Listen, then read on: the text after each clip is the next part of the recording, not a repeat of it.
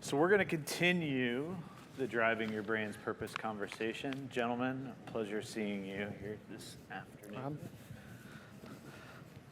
I'm just here to facilitate. We all love food. Two great providers of such things right here with us. So fellas, let's just start with introductions, and then we can kind of get into really, what Driving Your Brand's Purpose means to each of you. But Mr. Draper, how about you give us a... So Papa John's, we were founded in 1984. We use quality products, and essentially want to make sure that the products that we produce are really... Sorry, I apologize. I'm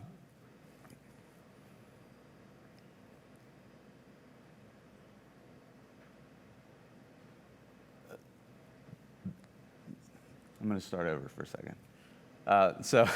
Let's do it. You're doing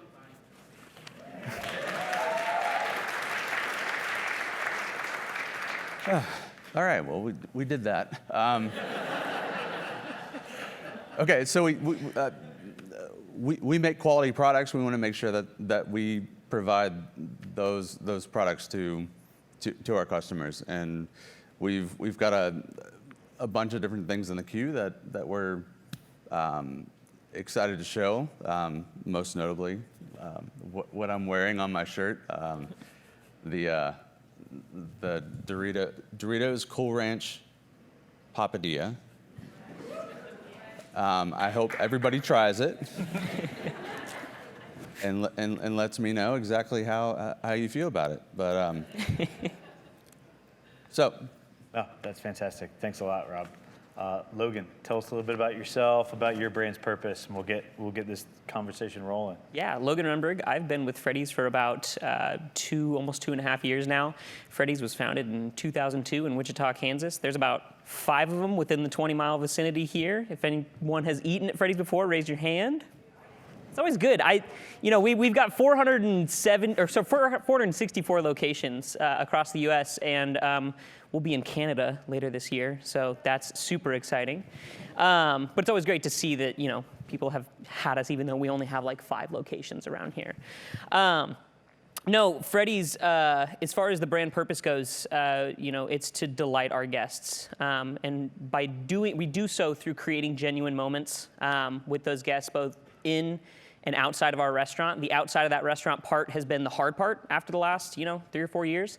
But not only that is we want to create a good, genuine experience for our team members as well. So we want everyone who's inside or interacted with the Freddy's to ultimately be delighted and have a great experience. And that's our core, and we do so through what we call our 3 pillars, which is genuine hospitality, quality, and cleanliness. And so it's simple at its face, but the deeper you go, the more complicated it gets. Rolls off the tongue, too, right?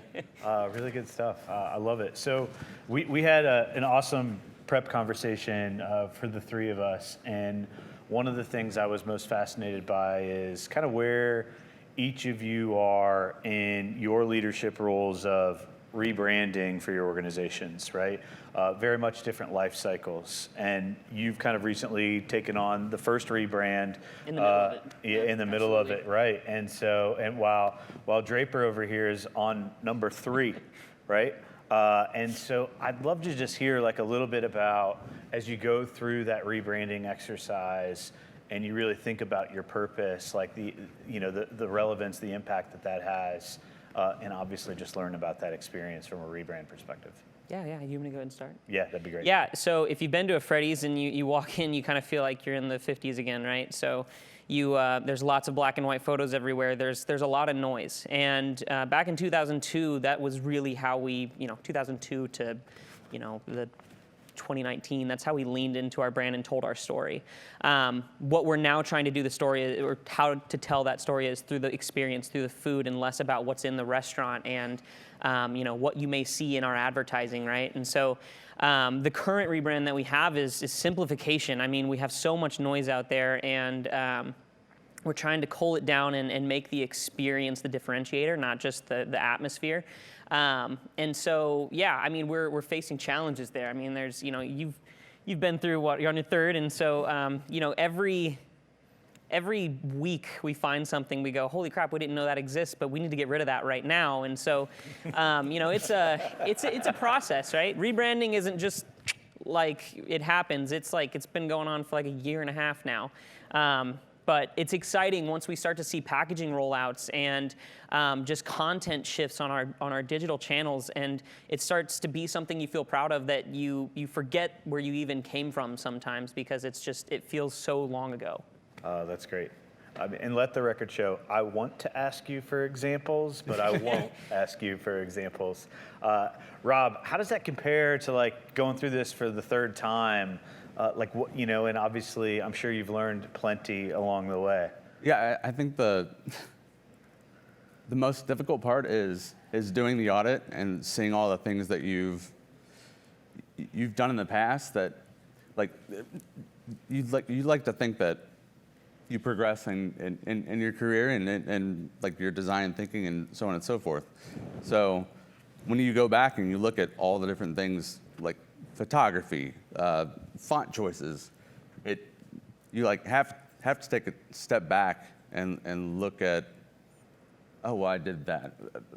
We probably shouldn't have, but I understand that we need to move forward. And it's just like, it's being transparent in regards to, we did this, we need to make these specific changes. This is how it's going to relate to our customers, and then move forward. And just from branding marks in general, it's just shifting so you're aligning to the channels that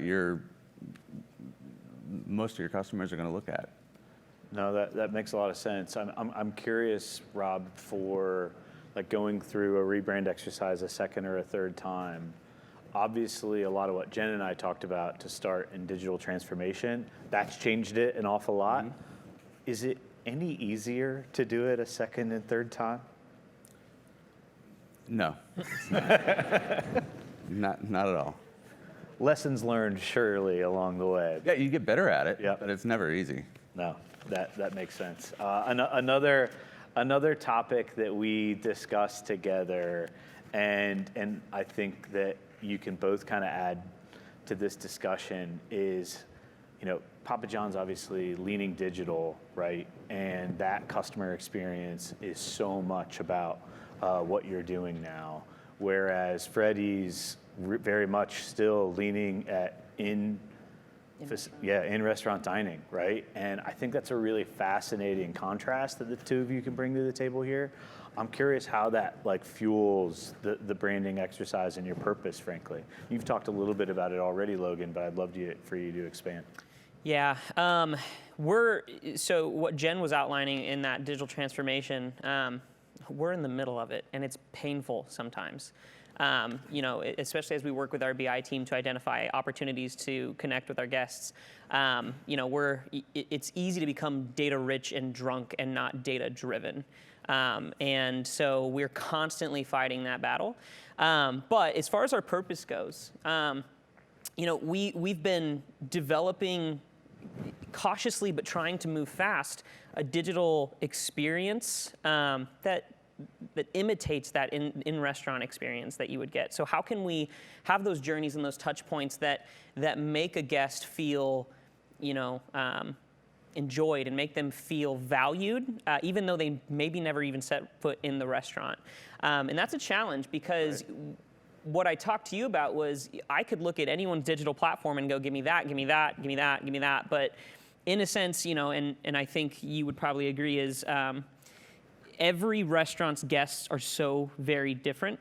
And you know, when I say our guests versus your guests, like, there's quirks about my guests that I have to take into consideration versus yours. And even though they might cross over sometimes. And so as we're building, we can't just take and mimic what everyone else is doing, because then ultimately we're gonna lose the vision and lose the purpose of why we were doing it in the first place. Which is hard when, you know, someone from the top down goes, hey, I want this feature in our app, and you go, well, I have to vet why we would even put that there in the first place, right? Yeah. And so that's the challenge we're going through with the transformation to digital. I'm proud to say it's going well, but it's a lot of work. It really Right. is. And so when I look at what Jen and her team has accomplished in such a short amount of time, I'm envious. I really am, because that's what we're shooting for. No, that's tremendous. It stuck with me. Chief data officer I used to do business with, and when he talked about, he said, Rob, we don't need any more data. We have vast amounts of data. We need more information. Yeah. And so hopefully that is something that you're tackling at the moment. That's a big piece of this digital lean that Papa John's is taking, of course. Absolutely. Tell us about like that. Yeah, I mean, even just looking at the logo we have on this display, I had to make a change because I wanted to make sure that it was aligning to our strategy. But yeah, we've definitely looked into where all of our customers are, take that data, and curate the experiences based upon where the customer is going to be. And everybody uses their phone. That's just how things happen now. So we needed to make sure that when we design things that we're taking that into consideration, we're ensuring that we can create and curate those experiences so that they work on all phones. Like so it's more of an agnostic approach versus we don't want to get into the iOS or Android battle, but just so everybody can use the information, Right. and use the app in general.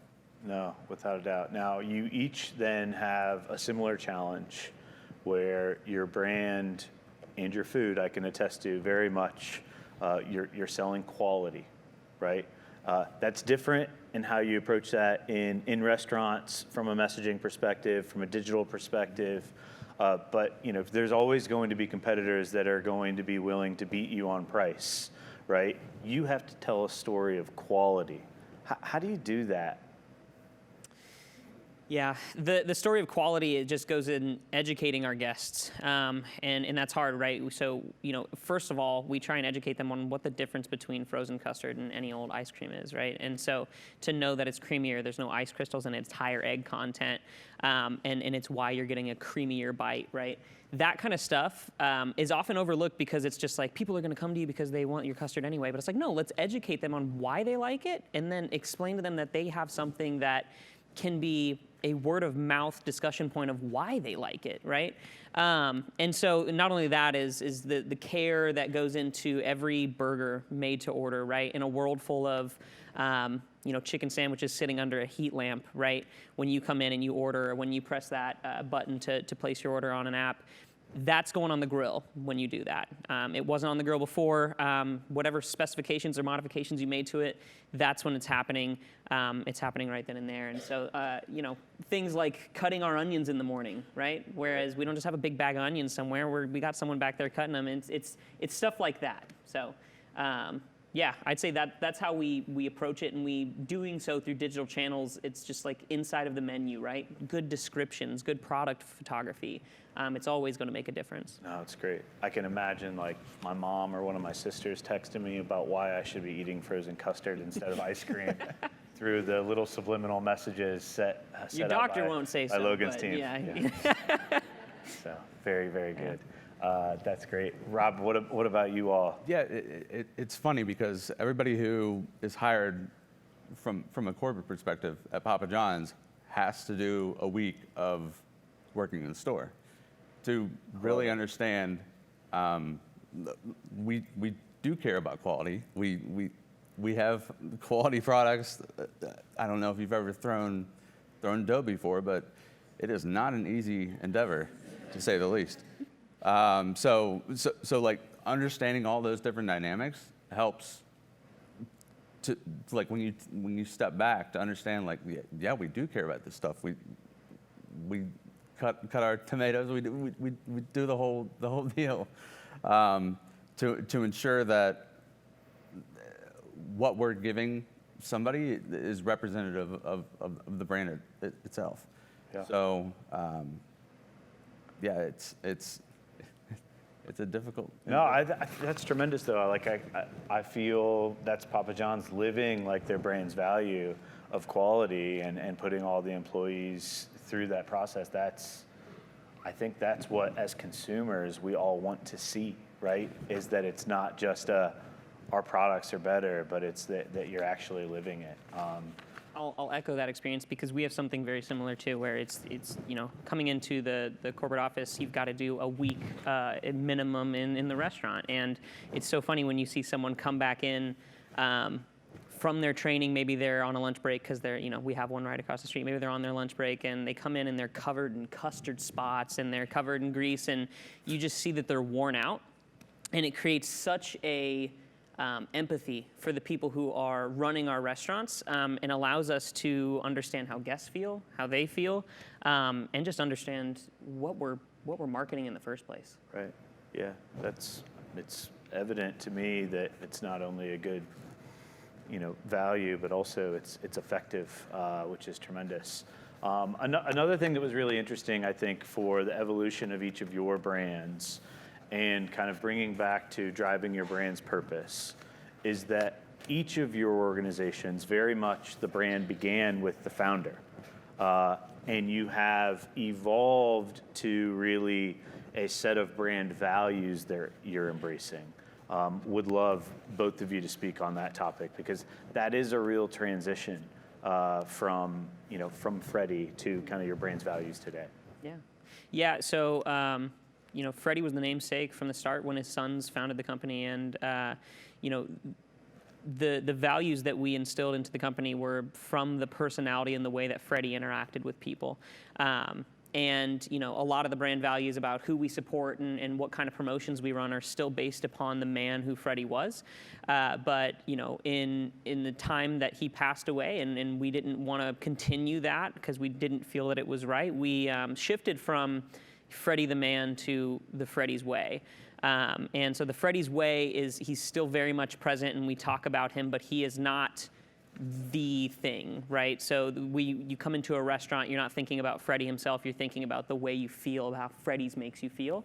And that's part of that rebrand, right? And it is, again, it's a tough thing to do when you have every restaurant has multiple pictures of his face and his family and quotes from him, and it's like you pull something out of a restaurant that's been around for a while, and you're like, whoever created this, I mean, I don't think they work here anymore. But so yeah, it's a challenge for sure. You never know. So, yeah. Yeah. So from my end, very similar dynamic. We had to make a shift, and just highlighting better ingredients, better pizza, and showing those specific products and what they do, our product photography, make somebody want to have that product, because that's what right. we do. It may not be craft pizza, but it's good pizza. So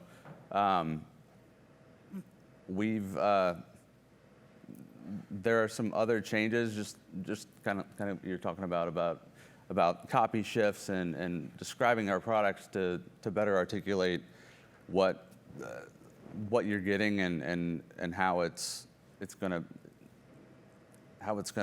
taste or actually make you feel is something that we've done. So I mean, it sounds like effective transitions from both of you, and frankly, as a consumer, I think I very much prefer a message that's built on your quality, your better ingredients, right, as opposed to a name. And so I think it's easier to interact with in that regard and kind of know what to expect.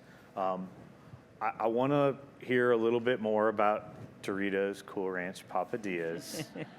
I'm curious if folks are willing to raise their hand if they've had one yet. Please, in the please, crowd. please Let's see some raise your hand. All right, we have some. I thank you. Tremendous. Tell us about that journey. Obviously, amazing partnership with brands, that you've been able to roll this out. Really well respected from Doritos, of course, and the best tasting flavor of Doritos. and what you've accomplished here with. Yeah, it was one of the promotions that we've kind of shifted to allow, like from TV media and all the way down to our website and apps and so on and so forth. Transition all that information through. So you see it on TV, and it follows through to those different platforms. I have a friend who actually, her three-year-old daughter, who I don't know if this is even okay or not, but likes We'll let you know. Likes our Cool Ranch sauce better than pizza, and that's all she was eating now. So it's those types of things that you've done something well, and it's translated through. Yeah, no, that's fantastic. That's really great. Logan, there was one more question I wanted. We don't to have ask you. papadillas, by the way. Yeah. Just letting you know. Right. Yeah.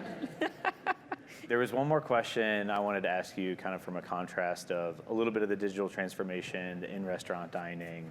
We talked a little bit about building an app, right? Mm-hmm. And like, how do you position the in-restaurant dining experience, which is such a big part of your brand's value, right? And connecting with people and quality food at Freddy's.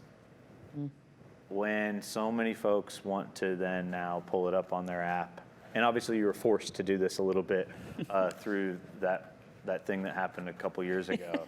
But yeah, tell us a little bit about that. Yeah, so I'll actually say that it's less about the platform itself and more about the journey that we take the users on. And the Freddy's app is a pretty straightforward app. You can order for carryout or delivery, but you have our loyalty program where you can earn points and you get rewards and incentives. But we use that tool to really speak to our guests in a journey mentality. And so this is where we partner heavily with our BI teams and look at all the data coming out of our loyalty program and make sure that we're talking to people at the right time, that the campaigns we have set to automate are converting accordingly.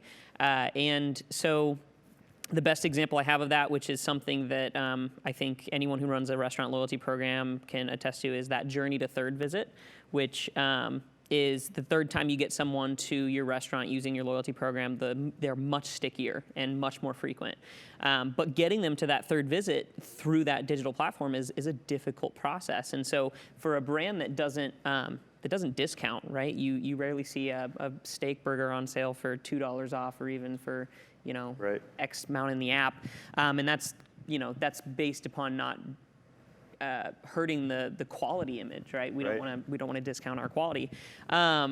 We've had to find that middle point, especially with our franchisees who are constantly concerned about their profitability, to say it's okay to give these new guests in this program an advantage a little bit in that we're going to get them to become more frequent in your restaurants. And so that journey to third is something that we've actually, the app's been around for a year as of yesterday. Yesterday was our 1-year anniversary of it. And, we've already changed that campaign 2 to 3 times because we'll launch it. We look at it for a quarter or so and realize that something's not that working correctly, and we'll tweak it. So it's about the journey, not the platform itself. As long as your platform is stable and solid, yes, features make a difference.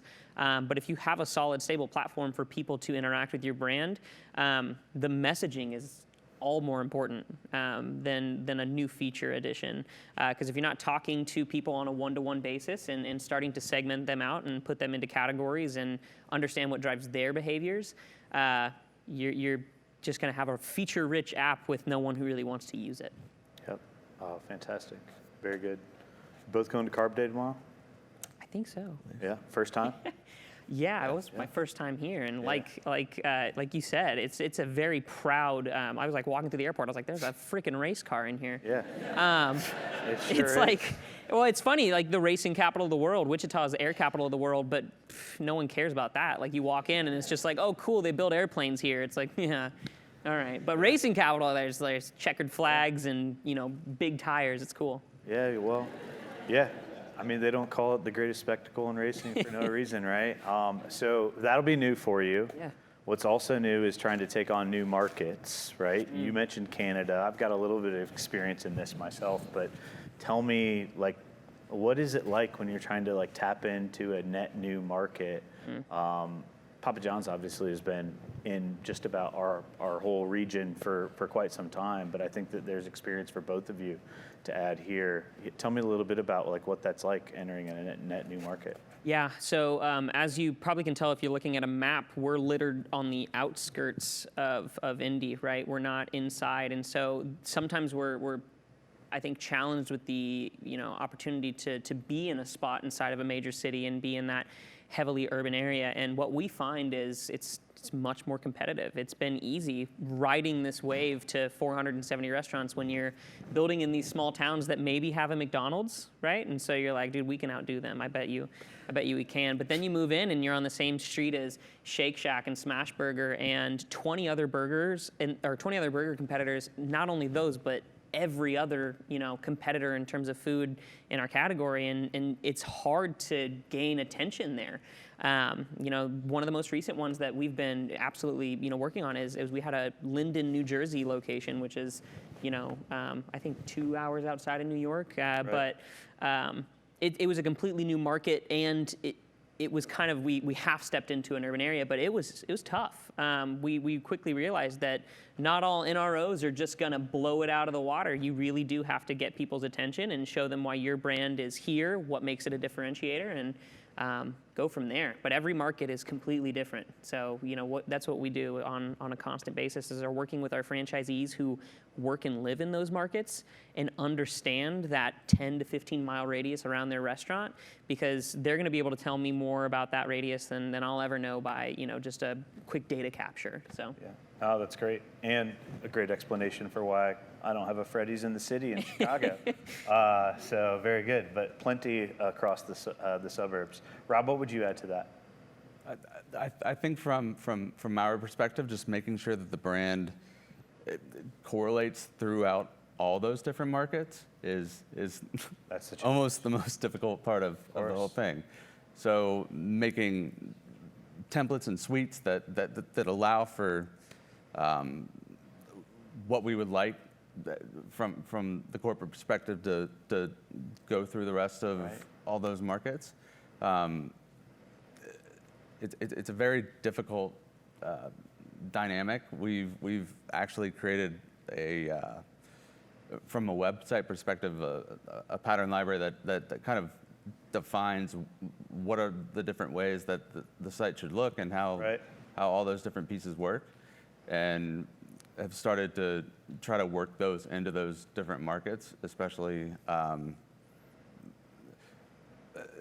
outside of just domestic, but just globally, Of course. to make it easier. And also it's going to be easier for them and it's going to be easier for us, and make sure that our brand looks the way and the way that we would like it. No, that's great. I And, love it. and I would say another challenge there is franchising, because while Yep. I believe we have one of the greatest franchise communities at Freddy's, but franchisees are going to do what they want to do. And so you kind of are trying to win their favor and say, follow me. And then they're like, I guess I will. And sometimes they're just like, I'm going this way. And so it can make it a challenge for sure.